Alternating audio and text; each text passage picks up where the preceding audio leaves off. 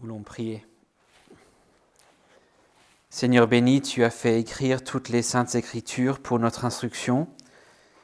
Donne-nous de les écouter, de les lire, de les méditer, de les apprendre et de nous en nourrir, de façon à ce que par la patience et le réconfort de ta sainte parole, nous puissions à jamais saisir et tenir fermement l'espérance bénie de la vie éternelle que tu nous as donnée en Jésus-Christ, notre Sauveur.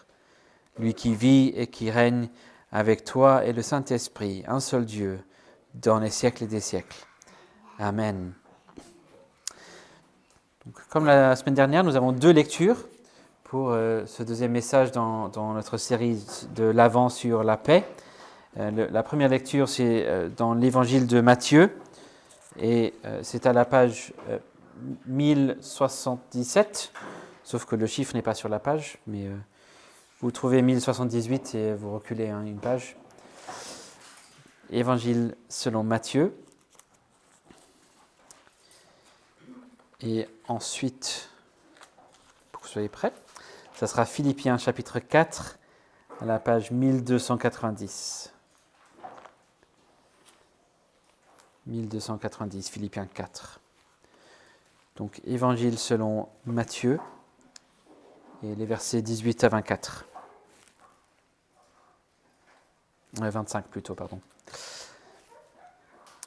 Voici comment arriva la naissance de Jésus-Christ. Marie, sa mère, était fiancée à Joseph. Avant leur union, elle se trouva enceinte par l'action du Saint-Esprit. Joseph, son époux, qui était un homme de bien et qui ne voulait pas la diffamer, se proposa de rompre secrètement avec elle. Comme il y pensait, voici qu'un ange du Seigneur lui apparut en songe et dit « Joseph, fils de David, ne crains pas de prendre avec toi Marie, ta femme, car l'enfant qu'elle a conçu vient du Saint-Esprit. Elle enfantera un fils, et tu lui donneras le nom de Jésus, car c'est lui qui sauvera son peuple de ses péchés. » Tout cela arriva afin que s'accomplisse ce que le Seigneur avait déclaré par le prophète. « Voici que la Vierge sera enceinte. Elle enfantera un fils, et on lui donnera le nom d'Emmanuel, ce qui se traduit Dieu avec nous. » À son réveil, Joseph fit ce que l'ange du Seigneur lui avait ordonné, et il prit sa femme chez lui. Mais il ne la connut pas, jusqu'à ce qu'elle eût enfanté un fils, auquel il donna le nom de Jésus. Et ensuite, Philippiens chapitre 4, et page 1291, verset 4. Réjouissez-vous toujours dans le Seigneur. Je le répète, réjouissez-vous. Que votre douceur soit connue de tous les hommes. Le Seigneur est proche. Ne vous inquiétez de rien, mais en toute chose, par la prière et la supplication, avec des actions de grâce, faites connaître à Dieu vos demandes. Et la paix de Dieu qui surpasse toute intelligence gardera vos cœurs et vos pensées en Christ Jésus. Au reste, frères, tout ce qui est vrai, tout ce qui est honorable, tout ce qui est juste, tout ce qui est pur, tout ce qui est aimable, tout ce qui mérite l'approbation, ce qui est vertueux et digne de louange, soit l'objet de vos pensées. Ce que vous avez appris, reçu et entendu, et ce que vous avez vu en moi, pratiquez-le, et le Dieu de paix sera avec vous. L'herbe sèche et la fleur se fanent, mais la parole de notre Dieu subsistera éternellement. Au début de l'histoire de Jésus, nous trouvons ce que nous trouvons au début de plein d'autres histoires. On commence avec une jeune femme appelée Marie. Elle se promène dans la ville avec sa mère. Et là, à l'arrière-plan, à l'autre bout de la place, on voit un homme assis près de la porte de son atelier de charpentier. Il regarde les gens qui passent. Il voit les gens qu'il voit tous les jours, qu'il a connus toute sa vie. Ces gens qu'il croise au marché en semaine et à la synagogue tous les sabbats. Et là, lorsqu'il regarde, il aperçoit Marie en train de discuter avec sa maman et en train de rire parfois aussi. Et toute souriante, elle lui fait bonjour de la main et pour la toute première fois de sa vie, une idée lui vient à l'esprit. Enfin, peut-être une idée, plutôt un sentiment, une prise de conscience. Mais Marie, c'est vraiment une jeune femme très charmante. Elle est pieuse, elle est belle. J'avais un pasteur qui profitait de chaque opportunité qu'il trouvait dans ses prédications de dire aux jeunes hommes de l'Église, si elle est pieuse et belle, qu'attends-tu de plus? Et là, Marie était pieuse et belle. Joseph pensait à toutes les fois où elle lui a fait sourire ou même rire par le passé. Et l'idée commence à prendre forme, à se concrétiser. Ensuite, plusieurs prières sont priées, quelques conversations ont lieu, quelques sourires sont échangés, un accord est conclu, un mariage est planifié, et puis c'est le cauchemar des cauchemars. C'est le genre de choc qui interrompt absolument tout, qui rend nauséeux. L'esprit s'emballe. Comment ça se fait? Comment pourrait-elle être enceinte? Elle avait l'air d'être si honorable, si pieuse, si fidèle. Qu'est-ce que j'ai manqué? C'est moi qui suis bête? Est-ce que d'autres ont vu ce que je n'ai clairement pas vu? Ils semblaient être sur la même longueur d'onde. Ils se sont engagés l'un à l'autre. Ils étaient d'accord sur leur désir d'obéir au Seigneur et honorer leur futur mariage par le fait d'attendre pour vraiment honorer ce qu'est le mariage tel que le Seigneur l'a établi. Ils attendaient, ils avaient hâte de ce jour de leur mariage. Comment ça se fait qu'elle est enceinte donc? C'est qui ce gars avec qui elle m'a dupé? Et qu'est-ce qu'on fait maintenant? Clairement, le mariage doit être annulé. Mais les fiançailles à l'époque de Joseph, ce n'est pas comme les fiançailles aujourd'hui. Comme aujourd'hui, il n'y avait pas d'union physique, sexuelle, avant que ce ne soit officiellement un mariage. Par contre, il s'agissait quand même d'un contrat légal. Il y aurait quand même fallu une procédure de divorce pour rompre même les fiançailles. C'était assez simple comme procédure, mais c'était quand même public et officiel. Il s'agissait de bien plus que le fait de demander qu'elle rende la bague. Et puis elle serait devenue un sujet de honte pour toujours. S'il n'y avait pas eu les autorités romaines qui occupaient à l'époque, elle aurait été sujette à la peine de mort. Et même avec les autorités romaines en place, on ne sait jamais ce qu'une foule déchaînée pourrait faire. C'était quand même la loi, il fallait purifier le peuple en cas d'adultère, comme ça, c'est grave. Tout de même, ça lui brisait le cœur de l'avoir maltraité, puni. Vous voyez, Joseph, c'est un homme de bien, comme on voit dans notre texte, c'est un homme noble. Donc même si c'est clair qu'il faut un divorce, il décide quand même de le faire le plus discrètement possible. Peut-être ça permettrait à Marie de discerner avec ce père de cet enfant les prochaines étapes pour eux. Puis Joseph pourrait au moins essayer de passer à autre chose tout en portant la peine, la confusion, la honte, la tristesse, le deuil de ce qui aurait pu être, de ce qui semblait être. Et c'est ici que démarre l'histoire de Noël pour Joseph. Cet enfant entre dans son histoire au moment où elle est devenue une histoire de peine, d'anxiété, d'épreuve, de confusion, de deuil, de traumatisme et de perte. Et nous, bien sûr, nous vivons tous une période très différente, des circonstances très différentes, et pourtant il se peut que cette année, Noël rentre dans notre histoire à un moment de peine, d'anxiété, d'épreuve, de confusion, de deuil, de traumatisme, de perte. Quand on regarde les différents rapports ou les sondages qu'on peut trouver sur la santé mentale des Français, quelle que soit la question, c'est clair que c'est un problème qui s'aggrave petit à petit chaque année, si bien que le Premier ministre sortant, on verra ce qui va se passer, mais il y a quelques semaines, il avait annoncé que la santé mentale serait la grande cause nationale pour l'année prochaine. Mais ce que nous trouvons lorsque nous osons contempler la source, le message de la Bible, c'est que Noël nous donne bien plus qu'un simple moment de répit tous les ans. Dans un monde où l'anxiété semble toucher beaucoup de monde, la bonne nouvelle de Jésus nous dit non seulement comment trouver une journée, une fête éventuellement paisible en fin décembre pour nous aider à tenir, mais vraiment où aller pour rencontrer celui qui est lui-même la paix. Notons donc quelques éléments que nous avons ici qui nous parlent de cette paix qui vient toucher notre vécu de ce monde troublant. Une première chose à noter, c'est que la paix perce depuis l'extérieur. La véritable paix, la paix de Noël, perce depuis l'extérieur. Cette paix qui vient est le fruit non pas d'une réflexion, d'un projet, d'une résolution, d'une conclusion, d'un argument, non pas 20 minutes de méditation, mais c'est un message et c'est une personne. Et non pas n'importe quel message, c'est un ange du Seigneur qui lui apparaît, verset 20 dans Matthieu 1. Il fait un rêve, donc Joseph fait un rêve par lequel Dieu lui envoie un message par le biais de cet ange. Ne crains pas de prendre Marie pour femme. Ne crains pas, t'inquiète. Ce n'est pas une paix que Joseph doit produire ou chercher lui-même. Elle perce depuis l'extérieur, jusqu'à ses rêves.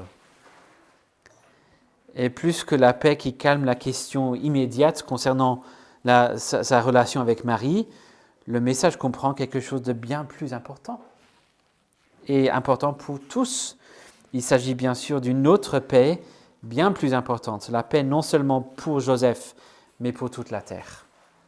Et là aussi, c'est une paix qui perce depuis l'extérieur. Verset 20, l'enfant qu'elle a conçu vient du Saint-Esprit. C'est un miracle, c'est du jamais vu. Certes, il y a le grand soulagement du fait qu'il ne s'agit pas d'infidélité de la part de Marie. Il avait raison de lui faire confiance finalement et à vouloir l'épouser. Il n'est pas une poire finalement. Mais plus que ça, Dieu est en train de faire quelque chose d'extraordinaire dans ce monde, sur cette terre.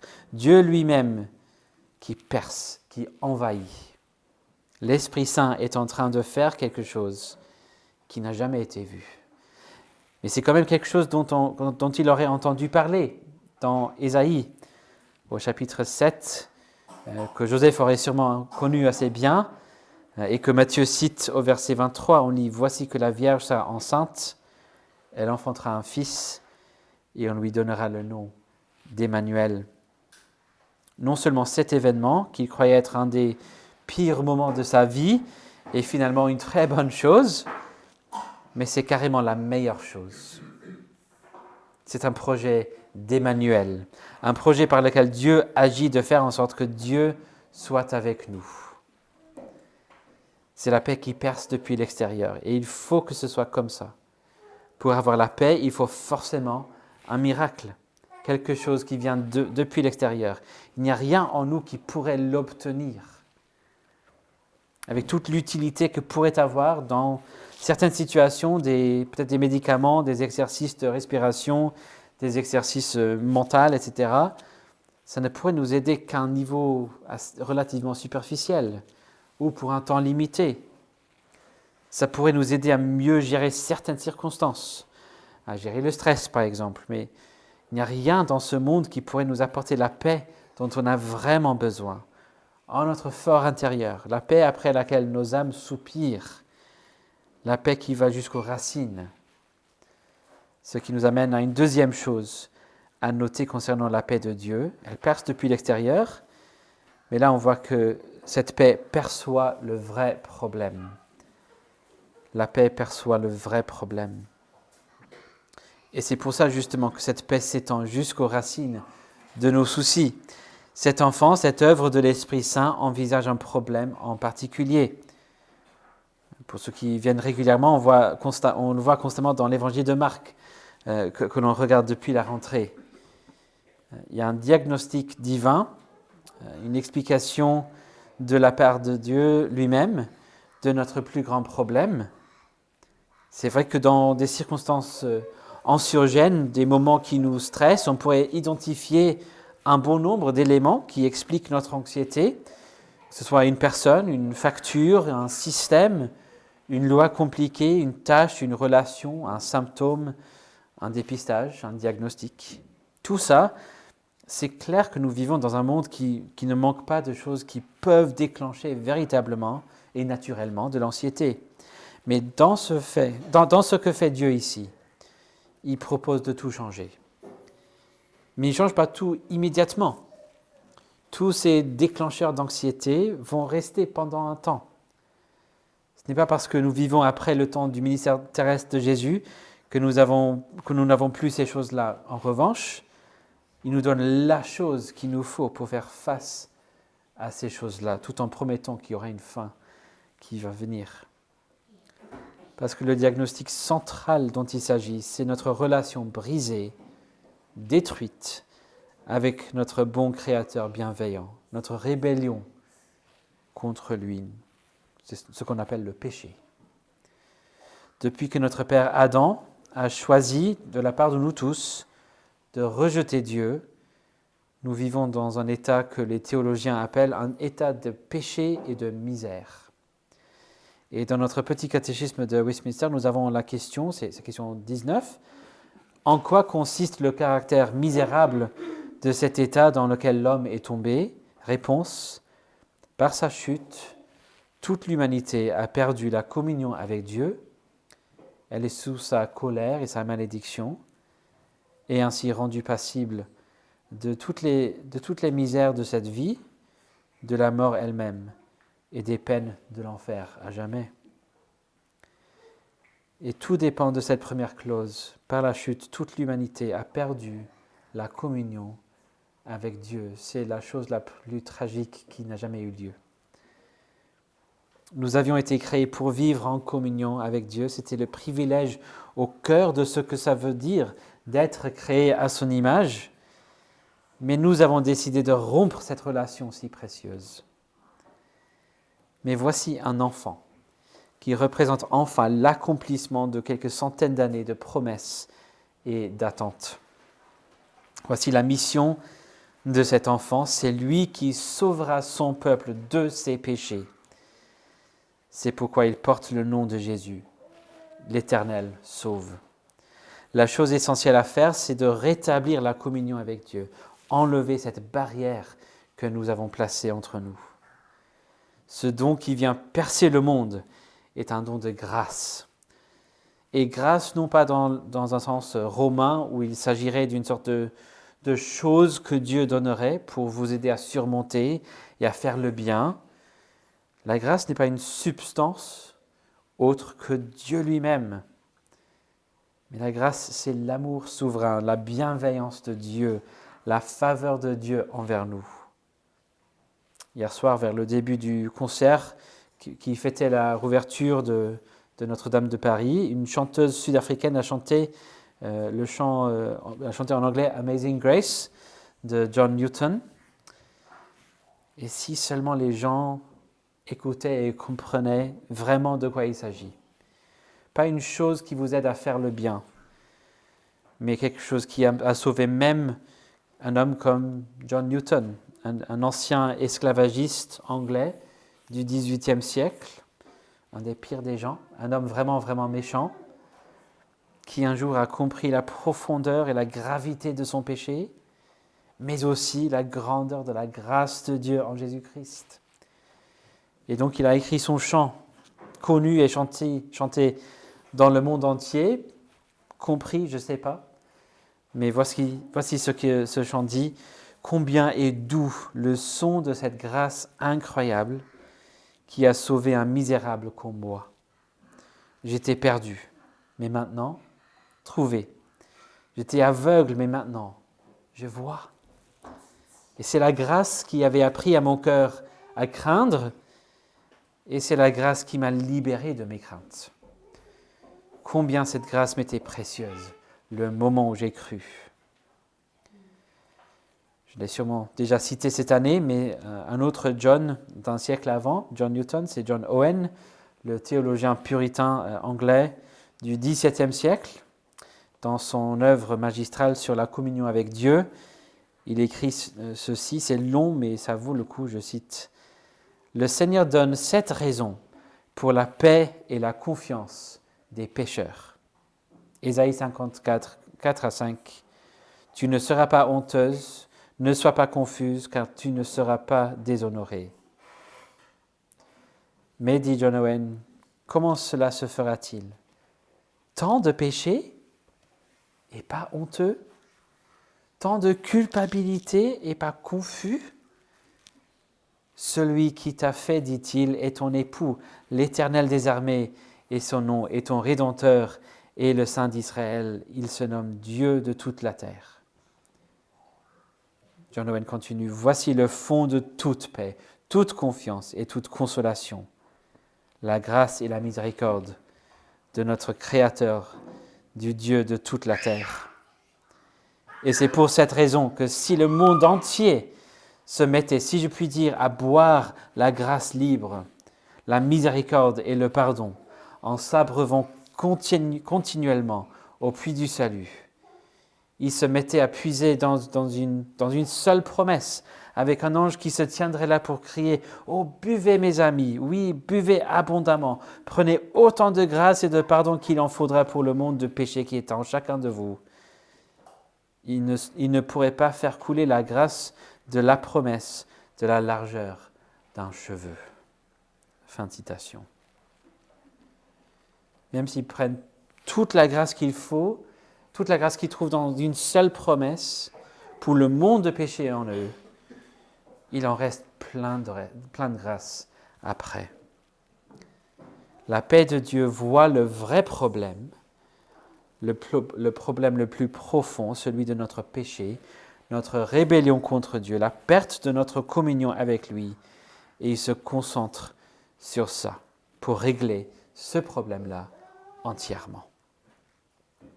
Cet enfant, ce don de l'Esprit Saint, venu pour nous sauver, venu pour porter la colère que méritait notre péché, pour payer le prix, pour satisfaire à la justice de Dieu. Et donc, dans un troisième temps, on peut considérer ce que fait cette paix ensuite. Comment cette paix, ayant rétabli la communion avec Dieu, ayant réglé le problème du péché, comment m'aide-t-elle à vivre dans ce monde anxiogène? On a vu que cette paix perce depuis l'extérieur, qu'elle perçoit le vrai problème. Et donc, dans une troisième chose que l'on peut constater, c'est que cette paix nous prend la main.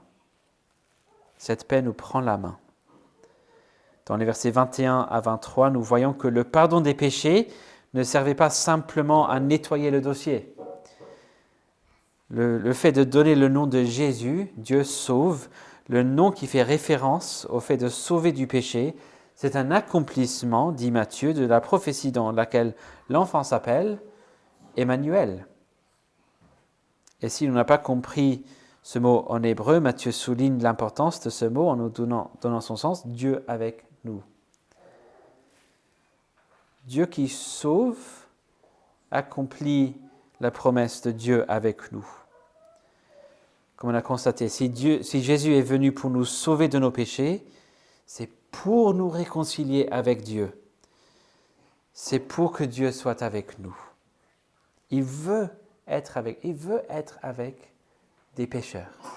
Il veut être avec des gens qui ont vraiment honte de ce qu'ils ont fait par le passé, qui voient le péché dans leur cœur. Et Dieu dit, je veux être avec vous. Et donc je envoie mon Fils pour vous sauver. C'est ainsi que nous pouvons être sûrs que dans n'importe quelle circonstance, que Dieu est avec nous. Il prend ma main. Il est toujours avec moi, et cela pour le bien à chaque fois. Cela n'enlève pas encore la situation qui pourrait me rendre anxieux. C'est garanti pour l'avenir, ça, un jour. Mais pour l'instant, je peux avoir la confiance que mon Créateur, mon Rédempteur, est toujours avec moi. Il est toujours pour moi. Et on a tous besoin de cette paix. On a tous besoin de ce Sauveur. Personne ici a pu venir dire, en fait, je n'ai pas besoin du salut, mais la communion, je veux bien. Tout le monde ici a eu besoin de ce salut du péché. Et c'est offert, c'est proposé à tout le monde. Tout le monde peut venir être avec Dieu.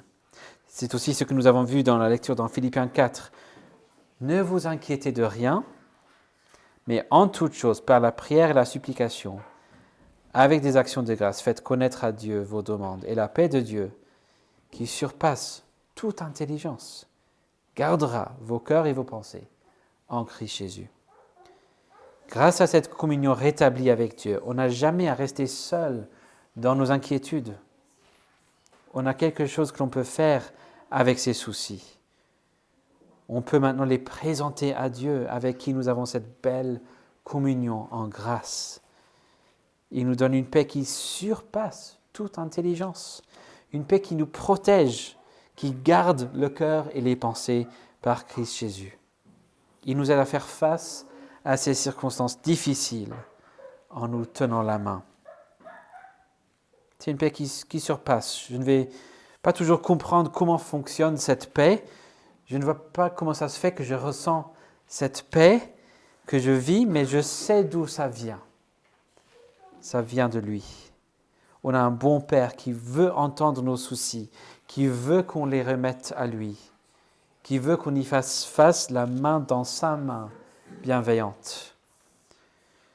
Je vous exhorte donc à venir recevoir cette paix que Dieu nous propose en Jésus-Christ. Il propose de vivre en une communion, une amitié rétablie, une intimité rétablie, grâce à Jésus et son sacrifice sur la croix, en notre place. Il a envoyé son Fils dans le monde précisément pour cela, pour nous sauver de nos péchés. Et venez donc vivre avec lui comme votre Père céleste. Alors c'est vrai que cette paix, c'est une paix comme nulle autre paix terrestre. C'est une paix qui peut même traumatiser. Au début, ça a plutôt traumatisé la vie de Joseph, la venue de cette paix, cet enfant. Et même après l'explication, c'était quand même une vie assez compliquée qui s'annonçait devant Joseph. Accompagner Marie dans tout ça, fuir en Égypte, élever cet enfant si important tout de suite au début de son mariage. Le pasteur américain Tim Keller, qui est décédé, je pense, l'année dernière, a dit dans une prédication que la grâce de Dieu produit ce qu'il appelle une sorte de tranquillité traumatisante.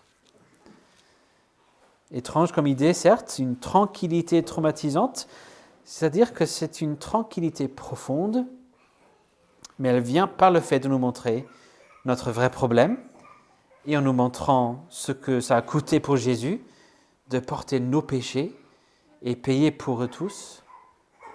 On voit que cette grâce est infiniment coûteuse, mais elle est à la fois totalement indispensable.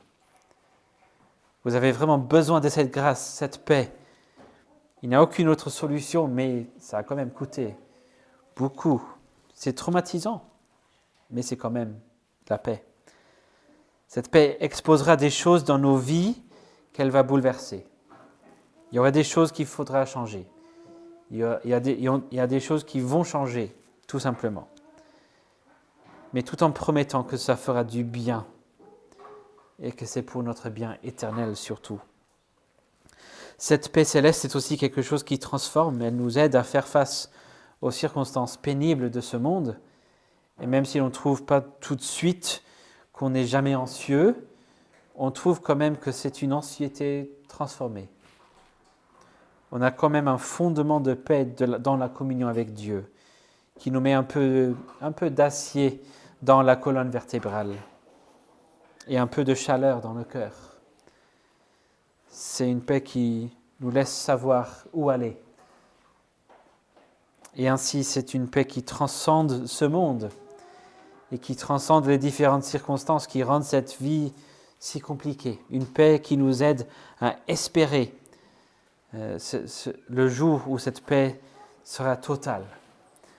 La communion avec Dieu sera totalement ininterrompue et nous vivrons cette paix parfaite. Recevez donc cette paix que Dieu nous propose en Jésus-Christ, Emmanuel, Dieu avec nous.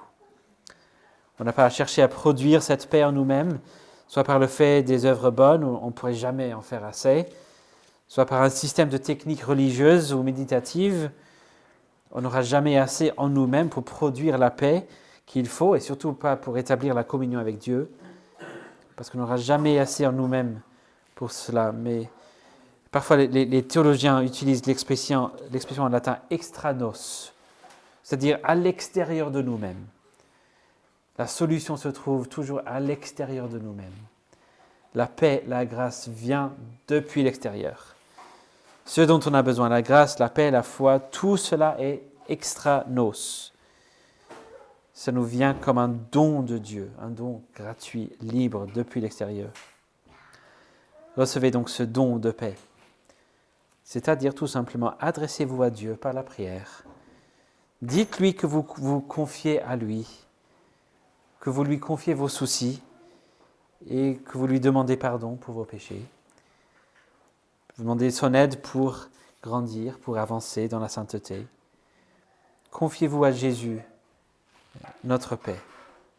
Il fera en sorte qu'il soit glorifié et que vous soyez gardés jusqu'au dernier jour, où la paix sera établie entièrement, complètement, parfaitement, pour sa gloire seule.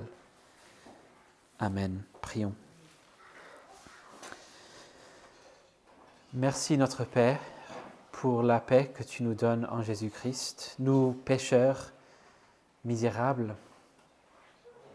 Si nous reconnaissons nos péchés, nous savons qu'il y a même des péchés dont on ne rend pas même compte actuellement. Mais Seigneur, nous reconnaissons que c'est vraiment le problème le plus profond. C'est le problème qui doit être réglé. Et nous prions, Seigneur, que tu nous donnes non seulement une paix artificielle, mais que tu nous donnes de tout miser sur Jésus-Christ pour retrouver la communion avec toi, pour retrouver la communion avec ton Église, pour vivre en communion avec tous ces pécheurs pardonnés, pour que nous puissions vivre en paix dans ce monde et avoir hâte tous ensemble de ce monde, cette nouvelle création où la justice et la paix sera partout. Nous prions ces choses au nom de Jésus. Amen.